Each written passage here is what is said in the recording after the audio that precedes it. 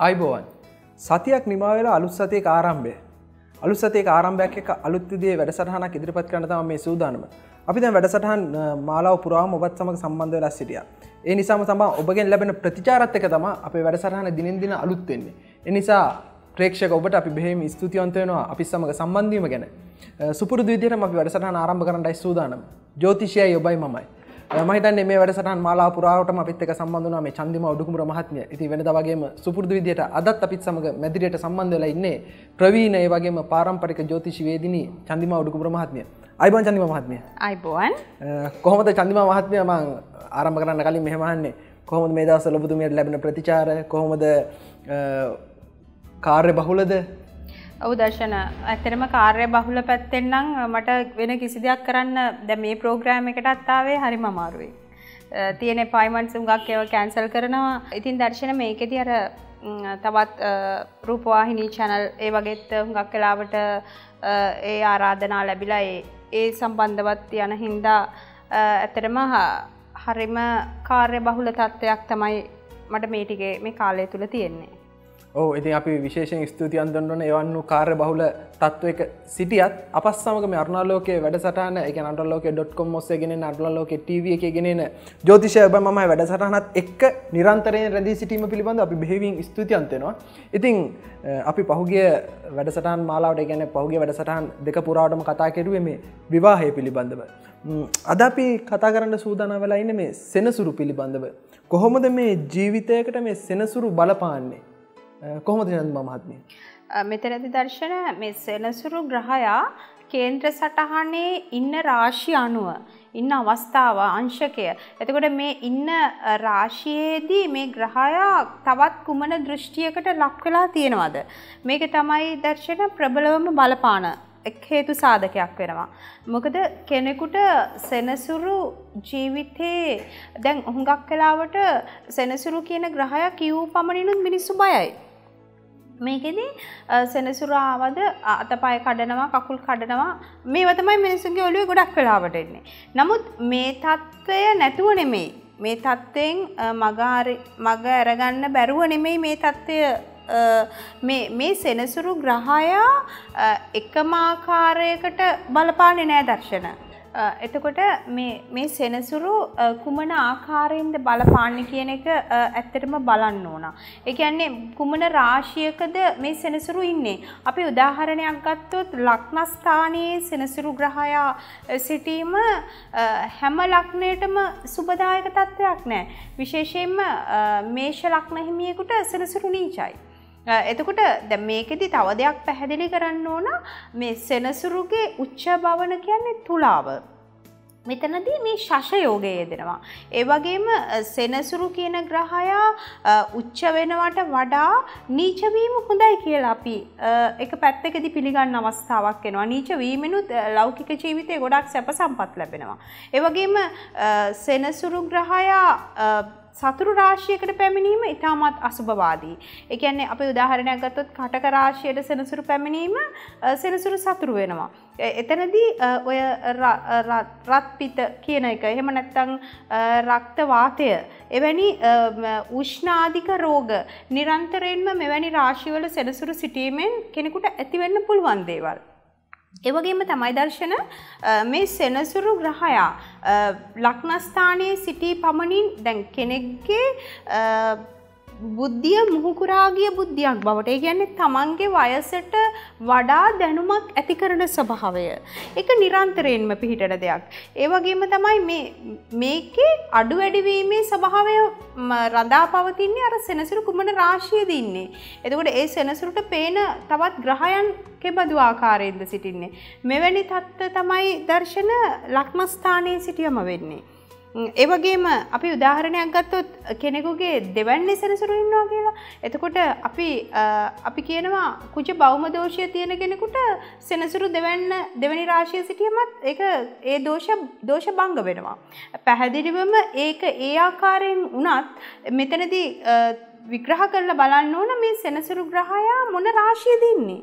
මේ දෙවැන්න උනේ සෙනසුරු නීච රාශියකද සතුරු රාශියකද උච්ච රාශියකද සක්ෂේත්‍ර රාශියකද කියන එක විග්‍රහ කරලා බලන්න ඕන. මෙතනදී සෙනසුරුට දිග්බලයි 7 වෙන්න. ඉතින් 7 වෙන්නේදී අපි කියූ පමණින් සෙනසුරු 7 කියනවා. ඇත්තටම කෙනෙක්ට විවාහ ජීවිතය සෙනසුරු 7 වෙන්නට ආවම ඒක දිග්බල ස්ථානයක් සෙනසුරුට 7 වෙන්න. ඉතින් කේන්ද්‍රස්ථානයේ සෙනසුරු 7 කියූ පමණින් අපි බය වෙන්න සුදුසු නැහැ. මෙතනදී සෙනසුරු ග්‍රහයට සිකුරුව දෘෂ්ටිගත වුණොත් ඇත්තට මේක සුබවාදී නෑ. ඒ කියන්නේ ඒ කරන ප්‍රමාණයෙන් භාගයට භාගයක් අසාර්ථක වෙන පැති ඇවිල්ලා තියෙනවා. ඒ වගේම තමයි සෙනසුරු ග්‍රහයට දෘෂ්ටි වැටෙන්නේ සෞම්‍ය ග්‍රහයෝද. තවත් පාප ග්‍රහයන් වැටීමෙන් තවත් පාප පීඩිත වෙන අවස්ථා තියෙනවා. ඉතින් මෙතනදී මේ කේන්ද්‍ර සටහනේ අපි උදාහරණයක් ගත්තොත් තුලා ලග්නයේ වෘෂභ ලග්නයෙන් ඉපදිච්ච කෙනෙකුට සෙනසුරු සියලු සුබ ඵල දෙනවා. මොකද සෙනසුරු තමයි කාරක ග්‍රහය වෙන්නේ. මෙතනදී විශේෂයෙන්ම අපි බලන්න ඕන මේ ලග්නය කුමක්ද? එතකොට සෙනසුරු මාරක දෙන ග්‍රහයෙක්ද? සෙනසුරු බාධක ග්‍රහයෙක්ද? සෙනසුරු Tamanට උදව් කරන ග්‍රහයෙක්ද? මේක තමයි අපි දර්ශන මුලින්ම බැලිය යුත්තේ. එතකොට මේ කේන්ද්‍ර සටහනින් මේවා විග්‍රහ වෙන්නේ ඒ කියන්නේ කෙනෙකුගේ දෛවය පිළිබඳ විග්‍රහ කරනකොට ඒ කෙනාගේ තියෙන රෝග තත්ත්ව මොනවද? ඒ කියන්නේ ඒ කෙනා කිනම් ආකාරයේ විවාහයක් කරගත්තු කෙනෙක්ද? මේ සියලු දේවල් විග්‍රහ කරලා දැනගන්න පුළුවන් පසුබිමක් ඇති වෙනවා දර්ශන. ඔව් චන්දිමා මහත්මිය. මම හිතන්නේ සෙනසුරු ගැන තවත් අපිට කරුණු මේ රසක් කතා කරන්න තිබෙනවා. ඉතින් මේ විරාමයෙන් පස්සේ අපි ඒ පිළිබඳව කතා කරමු.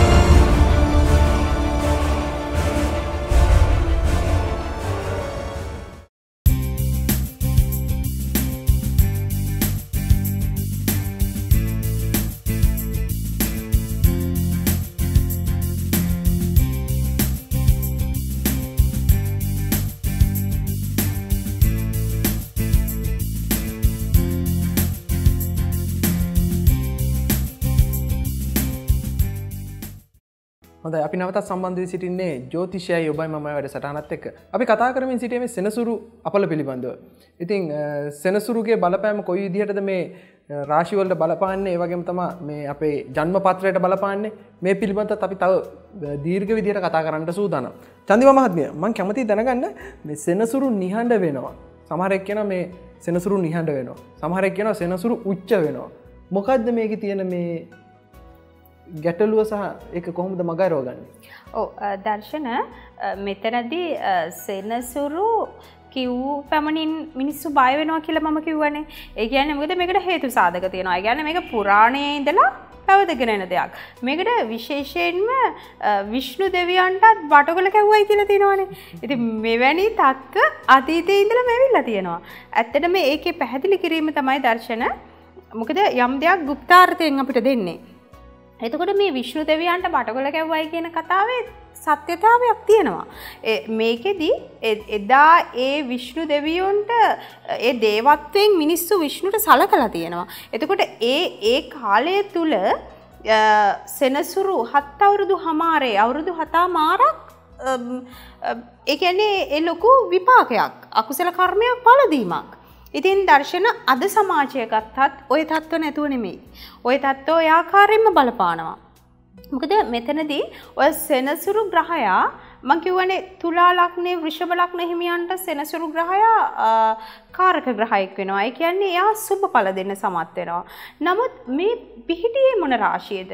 මේ කුමන රාශියක පිහිටියත් සෙනසුරු ගුණ දෙන එක ඇත්ත. ඒ ලග්න දෙකෙන් ඉපදිච්ච අයට. නමුත් ඒ ගුණ අඩු වැඩි වෙලා තමයි ඒකේ ප්‍රතිඵල අත්පත් වෙන්නේ. ඉතින් මෙතනදී සෙනසුරු ග්‍රහයා ඉන්නේ කුමන ආකාරයෙන්ද? අපි මේක විග්‍රහ කළ යුත්තේ ඒකයි. සිංහ ලග්නයේ හිමියෙකුට සෙනසුරු හතාමාරයේ රාශියක ලැබුවම ඉතින් මේ සෙනසුරු මහදසාවක් හෝ ලැබුවොත් ඇත්තටම අතපය කැඩලා තියෙන දේවල් නැති කරලා අර දැන් මේ සියලුම සෙනසුරුගේ කාල සීමාව දර්ශන අවුරුදු 19ක් පුරාවට මේ සෙනසුරු ඉන්නවා. මොකද සෙනසුරුගේ මහදශා කාලය වර්ෂ 19ක්. නමුත් මේ වර්ෂ 19න් සෙනසුරුට අසුබ ඵල දෙන විදිහ ආකාරයෙන් කේන්ද්‍ර සටහනක පිහිටියොත් ඇත්තටම මේ 19 පුරාවටම අසුබවාදී ප්‍රතිඵල අත්පත් කරනවා. ඉතින් මේකට මේ සෙනසුරු කොයි ආකාරයෙන්ද සිටින්නේ? මේ සෙනසුරු 22 වෙනි දර්කානාධිපතිට හෝ 36 වෙනි දර්කානාධිපතිට හෝ අහු වුණොත්, ඒ කියන්නේ ඒ අසුවීම ඇත්තටම ඊටමත් කලකිරුණු ඒ වගේ ස්වභාවයන් මතුවීමේ එක පැත්තක් වෙනවා. මෙතනදී තව දෙයක් මතක් කරන්න ඕනේ දර්ශන, කෙනෙකුට උපතින් සෙනසුරු ඒ රාශිකේ ලැබපු කෙනෙක් දැන් අපි හිතමු ඒ දරුවා ඉපදුනේ සෙනසුරු ඒ රාශිකයකින්. නමුත් මේ සෙනසුරු ඒ රාශිකකින් ඉපදිච්ච දරුවට ජීවත් වෙන්න මාලිගාවක් අවශ්‍ය වෙන්නේ නැහැ. ඒ දරුවා දන්නේ මාලිගාවකද ජීවත් වෙන්නේ පැලස් එකකද කියලා. එතකොට මෙතනදී රාහුල් පුතේ ඕක අඩු කරන්න රත්තරන්. එතකොට මොකද කියන්නේ? ඔව් පැලස් එක මෙතනදී දර්ශන දරුවෙක් ඉපදුනාම ඒ දරුවා සෙනසුරු ඒ රාෂ්ටකයකින් ඉපදෙනවා කියලා අපි හිතමුකෝ. එතකොට මේ දරුවට ඇත්තටම කුඩා කාලයේදී සියලු දේ අහිමි කරනවා. ඒ කියන්නේ විශේෂයෙන්ම අම්මගේ සෙනෙහස ආදරේ පවා මේ දරුවට නැති කරනවා. කිරි ටික පවා, මව් කිරි ටික පවා නැති කරනවා. මෙතනදී මේ රාෂ්ටකයේ කියන්නේ දර්ශන. එතකොට මේ දරුවා කුසේදීත් මේ රාෂ්ටකයේ ගිවනවා. එතකොට ඒ මවුත් හරියට විඳවන ස්වභාවයකට එනවා. හරියට ගැටලු මතුවෙනවා. මේ தත්වයේ මගාරින්න නම් එක්කෝ මේ මව් මේ දරුවා බිහිවීමට පෙර ඒ කොච්චර බාධක කරදර ආවත් ආගම දහම පැත්තට ගොඩාක් නැඹුරු වුණොත් මේ අකුසල කර්මය මධ්‍යස්ථ වශයෙන්වත් විපාක දෙනවා. ඒ කියන්නේ මේක ගොඩාක් අකුසල කර්ම ඇවිල්ලා දෙන්න දෙපැත්තට කරන, ඒ කියන්නේ අම්මයි තාත්තයි වෙන් කරන පිහිටීම් පවා මම ජන්ම පත්‍රවල දැකලා තියෙනවා දර්ශනය. ඉතින් මෙතනදී අර සෙනසුරු 7 අවුරුදු හමාරේ රාෂ්ටකයකින් ඉපදුනාම අර ඒ දරුවට ඒ පොඩි කාලේ ඒ ලැබෙන්න ඕන කිසිම දෙයක් නොලැබී යනවා. ඊට පස්සේ තරුණ වයසේදී මේ සෙනසුරු ඒ රාෂ්ටකයේ ලැබුවොත් කෙනෙකුට එයාට අයිති වෙන කොටස එයා නැති කරනවා. අපි හිතමු ඉගෙන ගන්න වයසේදී ලැබුවා කියලා. එතකොට ඒවට බාධක ඇවිල්ලා ඉගෙනීම කඩාකප්පල් කරනවා. දැන් ඒතකොට චන්දිමා මහත්මයා දැන් ධනවත් පවුලක ඉපදුනා කියමුකෝ පොඩි දරුවෙක් සෙනසුරු ඒ රාෂ්ටකයක් ලැබෙන දරුවෙක්. එතකොට එයාට ධනවත් පවුලෙන් ඒ තමගේ දෙමව්පියන්ගෙන් හම්බෙන වරප්‍රසාද ඒවා භුක්ති විඳීමේ අවස්ථාව නැති වෙනවද? එතනදී දර්ශන ඒ භුක්ති විඳිනවා කියන්නේ ඒ දරුවා ලැබීමත් සමග ඒ තියෙන දේවල් ඔක්කොම නැතුව යනවා. එක්කෝ ඒ අම්මා තාත්තා දෙපැත්තට වෙනවා. එක්කෝ ඒ දරුවා ඒ වහලයට ජීවත් වෙන්න සුදුසු නැති වාතාවරණයක් පරිසරයක් ගොඩ නැගෙනවා. මේක තමයි දර්ශන සෙනසුරු ඒ රාෂ්ටකයේන එක් ප්‍රතිඵලයක් වෙන්නේ. ඔව් දැන් අපි චන්දිමා මහත්මිය දැන් එහෙම කතා කරනකොට දැන් අපි ගොඩක් කට්ටිය අපි දැකලා තියෙනවා ওই බෝගස්වල එල්ලලා තියෙනවා සෙනසුරු අපල දුරු වේවා. සමහරු මුදු පළ දිනවා මේ සෙනසුරු අපලට කියලා. මොකද්ද මේකේ තියෙන ඇත්ත? ඔව් මෙතනදී දර්ශන අපි ඇත්තටම කෙනෙකුට සෙනසුරු අපලයක් මාරකයක් තරමට යනවා නම් අපි කියනවා ඔයා අබේ දානයක් දෙන්න, ඔයා ජයශ්‍රී මහ බෝධියට යනවා, කැලණියට යන්න, මේ දේවල් කරන්නවා, මේ ආකාරයෙන් ඔයා අදිෂ්ඨාන කරන්න, මේ විදියට පිරිත් කියන්න, අපි මේ දේවල් කියනවා. නමුත් මෙතනදී දැන් මමත් දැකලා තියෙනවා දර්ශන හුඟක් වෙලාවට ඒවා ශාස්ත්‍රානුකූලව ආපුවයි කියන්නත් බෑ. මොකද ඒ දේවල් වලට ඒකෙත් තියෙන එක පැත්තක්, গুপ্ত පැත්තක් තියෙනවා. ඒකේ කෙනෙකුට සෙනසුරු අපලේ තියෙන කෙනෙකුට සෙනසුරු අපල දුරු වේවා කියලා අර බෝගහක හරි කොහේ හරි ඒ පන්සල් භූමියේ තැනක ඒගොල්ලෝ ඒ දේ නිර්මාණය කළා පෙන්නන විදියට. ඒ කියන්නේ කෙනෙකුට ඒක දැකලා කියවන්න පුළුවන් ස්වභාවය වෙන විදියට ඇති කරනවා. ඉතින් ඒ වගේ යම් හොඳ පසුබිම් තියෙනවා.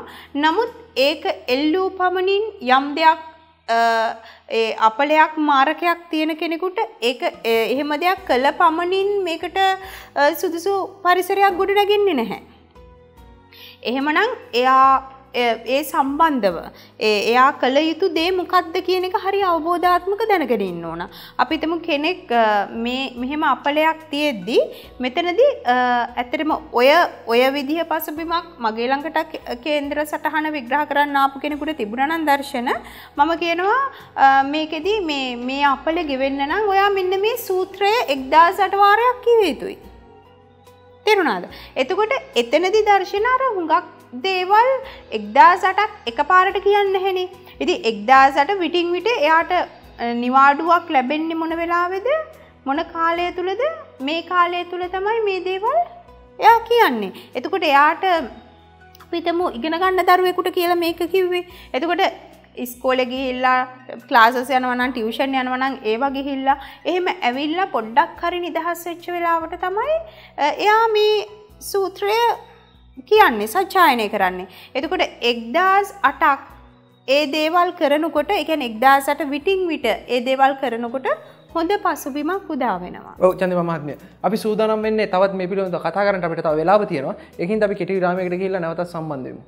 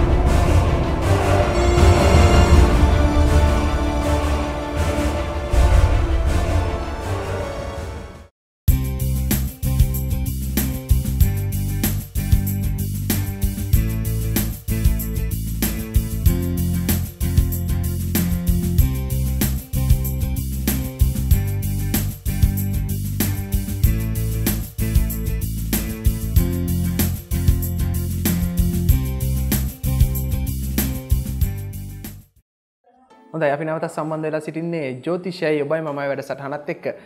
අපි කතා කරමින් හිටියේ මේ සෙනසුරු ඔබට කොහොමද බලපාන්නේ කියන කාරණේ පිළිබඳව.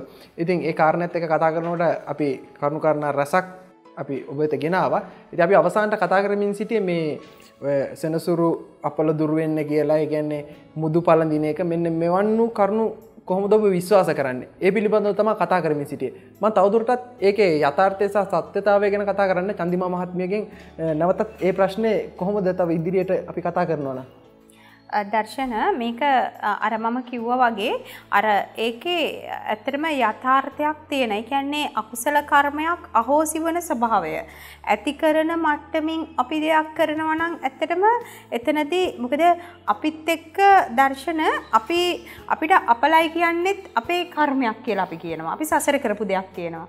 නමුත් අපි කර්මය එන්නේ කොහොමද? මේ අපේ මනත් එක්ක මේ මනස ක්‍රියාත්මක වීම. මනස හොඳ දෙයට ක්‍රියාත්මක වීමෙන් හොඳ දේවල් හොඳ පහන් සිතුවිලි අපිට පහළ වෙනවා. නමුත් මනස අර විදිහට අකුසල කර්ම අර විදිහට ද්වේෂ සහගත කෙනෙකුට මේව කරන දෙයක් ඒ වගේ වෛර සහගත සිතුවිලි පැවතුනොත් ඉතින් ඒක කර්මයක් බවට පත් වෙනවා. එතකොට අපි කරන කියන ගොඩක් දේවල් අපිටම අහේතුවකට බලපානවා. ඒ වගේම මේ තත්ත්වත් එක්ක අපිට රෝග තත්ත්ව මතුවෙනවා. මොකද අපේ ඇඟේ තියෙන ලේ විසවීමක් තමයි මෙතනින් අපිට සිද්ධ වෙන්නේ. එතකොට සෙනසුරු දශාවක් තියෙන කෙනෙකුට හුඟක් වෙලාවට ඇඟේ කැසීම්, ඒ වගේ අර තුවාල, රෑෂස් මේ වගේ දේවල් බලපානවා. අර දද කුෂ්ඨ කියන්නේ අපි එවැනි තත්ත්ව මතුවෙන්න නම් ඇත්තටම අර සෙනසුරුගේ බලපෑම නරක ආකාරයෙන් බලපානවා. මෙතනදී අර කටක රාශිය සෙනසුරු සිටීමෙන් මෙවැනි රෝග තත්ත්ව මතුවෙනවා. ඒ වගේම තමයි දර්ශන මේ සෙනසුරුගේ ওই නරක පැත්තනේ අපි කිව්වේ. සෙනසුරු ගොඩාක් ගුණ දෙන ග්‍රහයෙක්. සෙනසුරුගෙන් ගොඩාක් ශ්‍රේෂ්ඨයෝ බිහි වෙලා තියෙනවා සෙනසුරු මහ දශා කාල තුලදී. ඒ වගේම සෙනසුරු නිසා හුඟක් ලස්සන පෞල් ජීවිත ගත කරන අය ඉන්නවා. සෙනසුරු නිසා විදේශගත වීම ඇති කරපු අය ඉන්නවා. ඒ කියන්නේ කෙනෙක්ගේ දියුණුවට සියලු සුබවාදීව දීපු ග්‍රහයෙකුත් තමයි සෙනසුරු කියන්නේ. නමුත් මෙන්න මේකයි දර්ශන මෙතනදි තියෙන්නේ.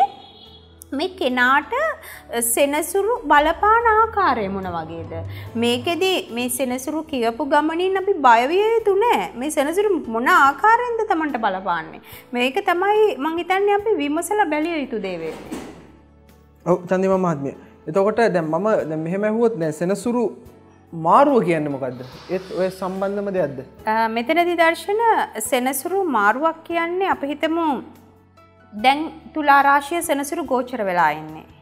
එතකොට මේ සෙනසුරු තුලා රාශියෙන් වෘශ්චික රාශියට පැමිණීම. ඒ කියන්නේ එක රාශියක මේ සෙනසුරු ග්‍රහයා වර්ෂ 2මාරක කාලයක් ගෝචර වෙලා ඉන්නවා.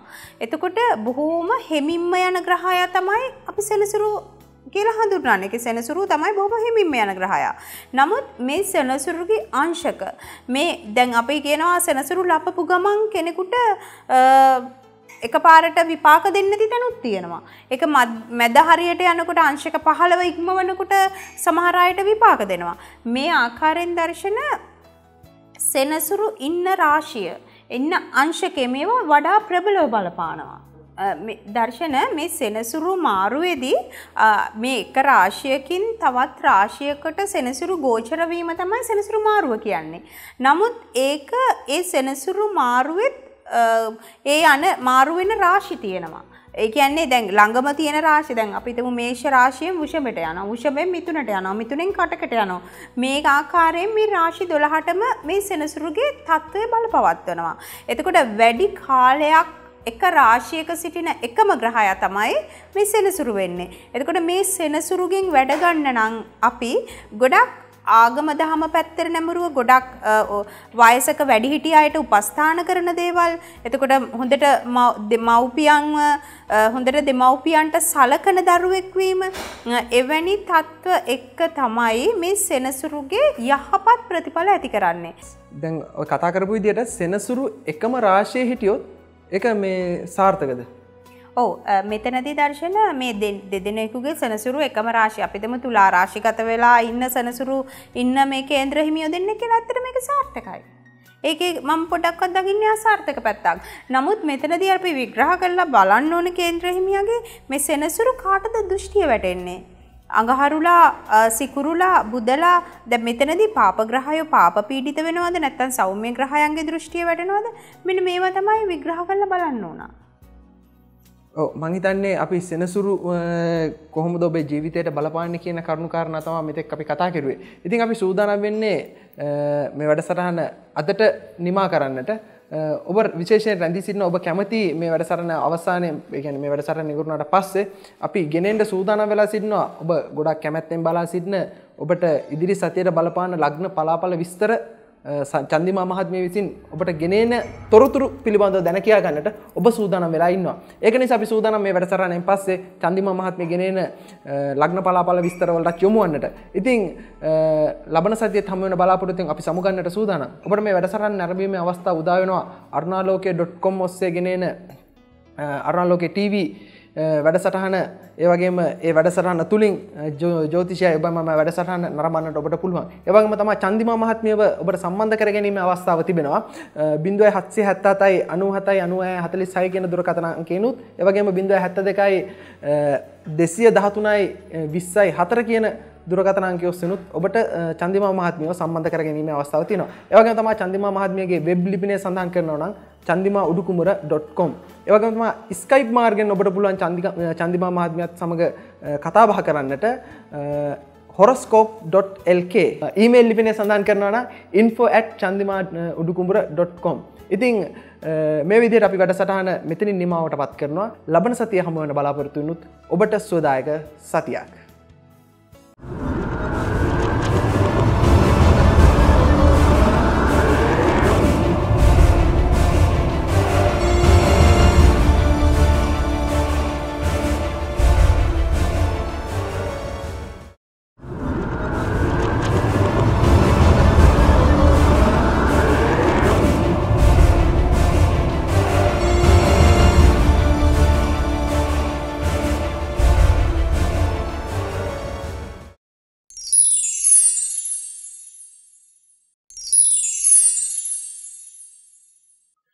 මේෂ ලග්නයෙන් උපන් ඔබට මෙම සතිය ආරම්භයේ සිට ඔබට සියලු යහපත් දේ සියලු යහපත් කටයුතු වලට ඔබට මුල පිරිය හැකි සතියක් වෙනවා. විශේෂයෙන්ම මේ සතිය අධ්‍යාපනයේ නියැලී සිටින අයට ඉතාමත් වාසනාවන්ත සතියක් වන අතර ඒ කටයුතු සියලු වැඩ කටයුතු සාර්ථක කරගෙන යාමේ හැකියාවක් පවතිනවා.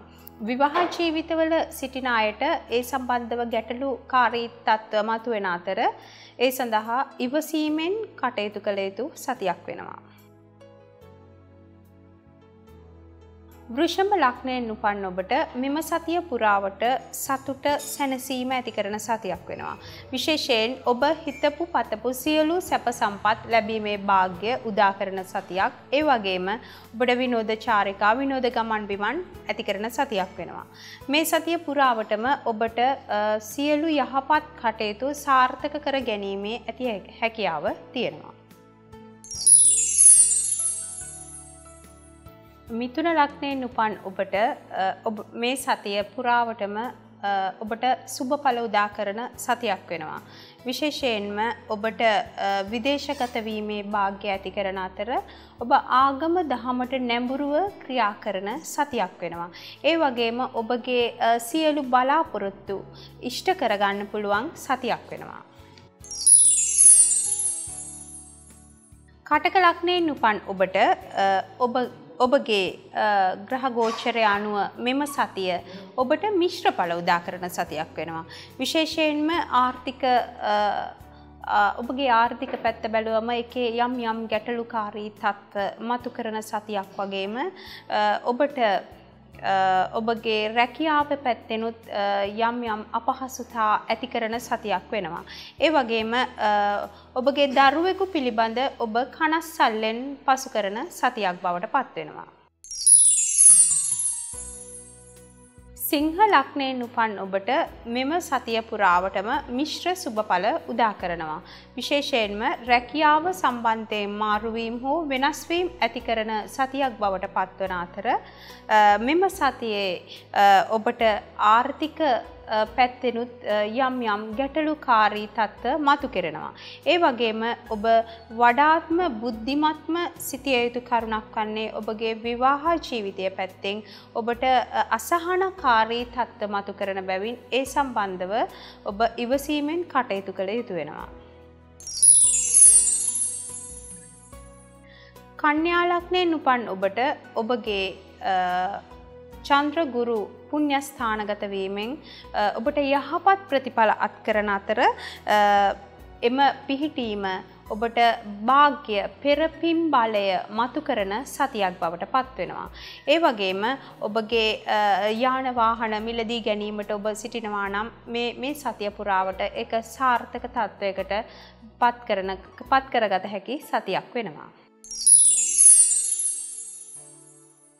තුලා ලග්නයෙන් උපන් ඔබට මෙම සතිය පුරාවට මානසික ගැටලු අවහිරතා අපහසුකම් වලට මුහුණ දීමට ඇති කරන සතියක් බවට පත් වෙනවා.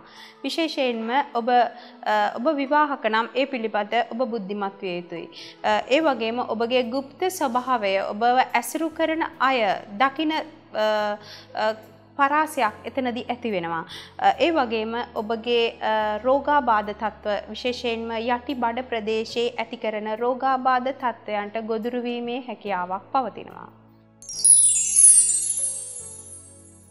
වෘශ්චික ලග්න හිමියන් වන ඔබට ඔබගේ චන්ද්‍ර ගුරු 7 වැන්නේ රාශිගත වන මෙම සතිය පුරාවටම ඔබට මංගල යෝග කාලයක් පවතින අතර විශේෂයෙන්ම අවිවාහක අයට මෙම මංගල යෝග වලින් සුවිශේෂී වූ ප්‍රතිඵල ලබාගත හැකි වෙනවා.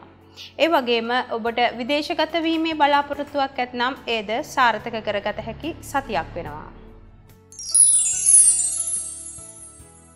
ධනු ලග්නයෙන් උපන් ඔබට මෙම සතිය පුරාවට මානසික ගැටලු වද හිංසාකාරී තත්ත්ව මතු කෙරෙන සතියක් වගේම ඔබව රෝග තත්ත්වයට පත් කෙරෙන සතියක් වෙනවා. එබැවින් ඒ සම්බන්ධව ඔබ බුද්ධිමත්ව ක්‍රියා කළ යුතු වෙනවා.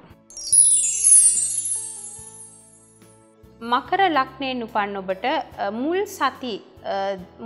මෙම සතියේ මුල් දින කීපය මුල් දින 2-3ක් පමණ ඔබට